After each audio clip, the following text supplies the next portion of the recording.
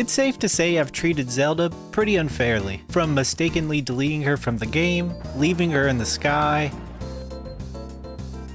taking her to fight army for me, sending Hyrule back to the industrial age and accidentally filling the sky with forever chemicals. Maybe that's an exaggeration.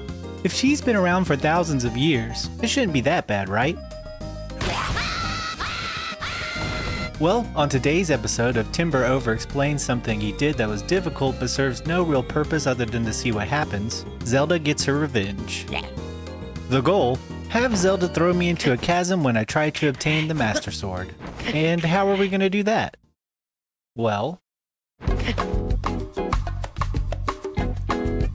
in the early days of Tears of the Kingdom speedrunning, we would use Zuggle Overload to clip down into the army fight. Zuggling is stacking weapons or shields on Link in a place that is not in his inventory or actually equipped. We do this by dropping the weapon or shield in an area that doesn't have enough space for them to drop. Normally, this forces the game to re-equip these weapons, but if we change to another weapon and drop it before the game has time to check if there's enough space, it tries to re-equip both, causing one of them to get stuck in limbo. We can do this multiple times, but only to a point. It varies between versions, but if we zuggle around 15 times, the weapons start falling on the ground, meaning we have overloaded the equipment in the limbo space, and the game can't let us hold our weapon. You can see, however, the game still thinks we have this weapon equipped, but visually it's on the ground. While in this overload state, if we attempt to ride a steering stick, we clip through the floor. When normally riding a stick, the game basically marries Link to the stick. A better way to put this is the game makes some sort of Link-stick hybrid.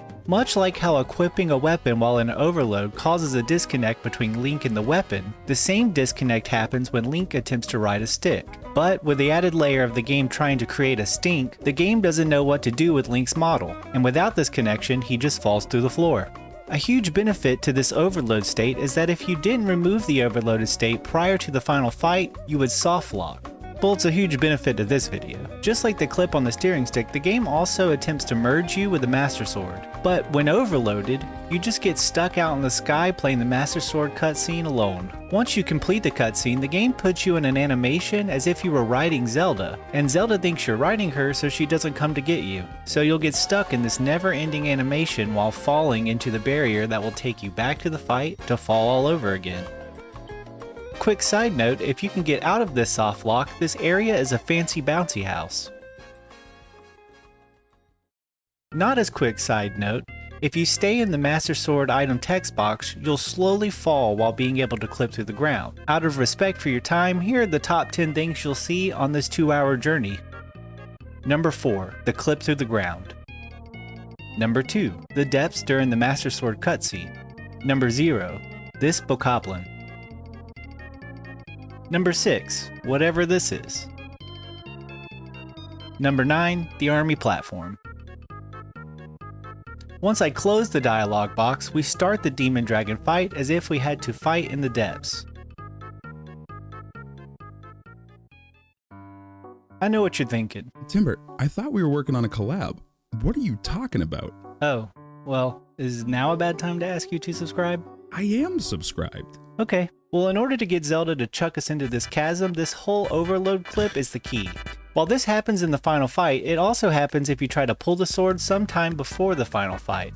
But there is a little bit of a twist. Normally when you do this on a steering stick, you just clip straight through the ground. You would think the same thing happens with Zelda, but even though you don't have collision, the sword you are trying to pull still does. Well, at least the area where the game thinks the sword is. Back when I skipped the title cutscene, it caused Zelda to never spawn, and when I completed the Great Sky Island, the sword was just hanging out in the sky. Trying to pull this sword out of the sky will cause Link to fall all the way to the ground, as there's no Zelda to hold us up. Doing this though, you can see that the sword isn't visually there, but the collision still is, which gives me an idea. There is a wing minigame on Eventide Island. The wing you ride on for the minigame lasts forever, meaning it doesn't have a timer.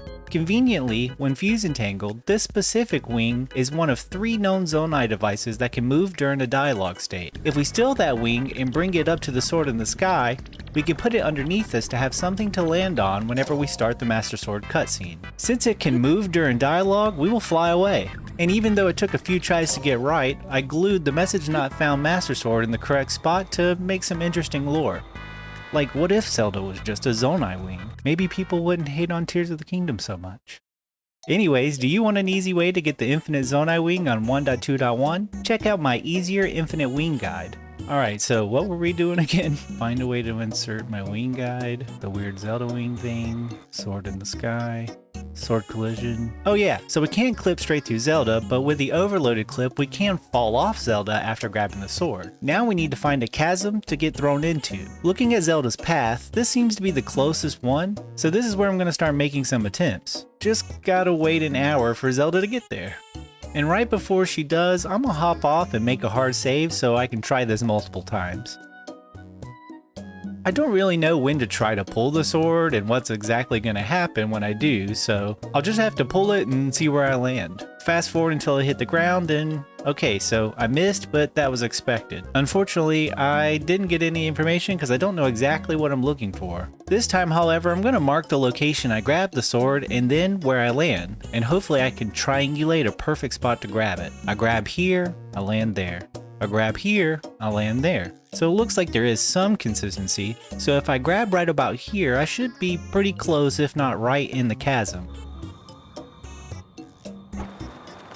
Wait a minute, what? So I'm way off target, but I did land in the water near the Korok Forest, which makes for a pretty neat cutscene. So if you're wondering why it looks like Zelda is in the Korok Forest, or why earlier in the final fight it looks like we started in the depths, the game solely looks at Link's position for things like the color of the sky and the dusty elements you see. While Link is in the forest, if you take the camera away, all of Hyrule will look like it's in the Korok Forest. Some of these elements follow the camera, while things like the sky just turn another color. The same thing will happen if I get knocked off of Zelda and land in the desert or in a snowstorm. The question now is, what happened to make me fly all the way over here? I try a few more times to get some more data, and at first it seems completely random, but I start to notice a pattern. Normally, no matter where I press A to grab the sword, Link will move to the correct position to start the cutscene. But while in the overloaded state, every time I grab the sword, the collision for the sword is moved to wherever Link is. This is a slight problem, as the cutscene where Zelda attempts to shake me off has a huge effect on what direction I get flung into,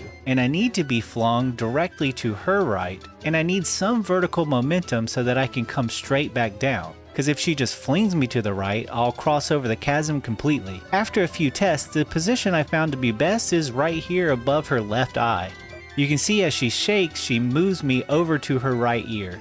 I missed a chasm, but now I can use this distance to change where I grab the sword. So if I grab here, I should land right inside the chasm. So let's give it a shot. Wait, where am I now?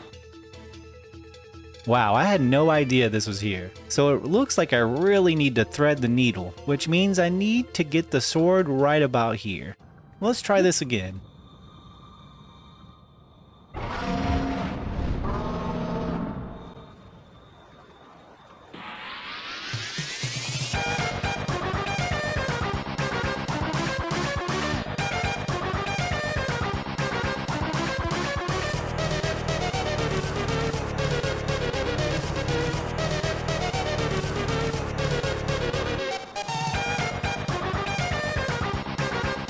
Here we are.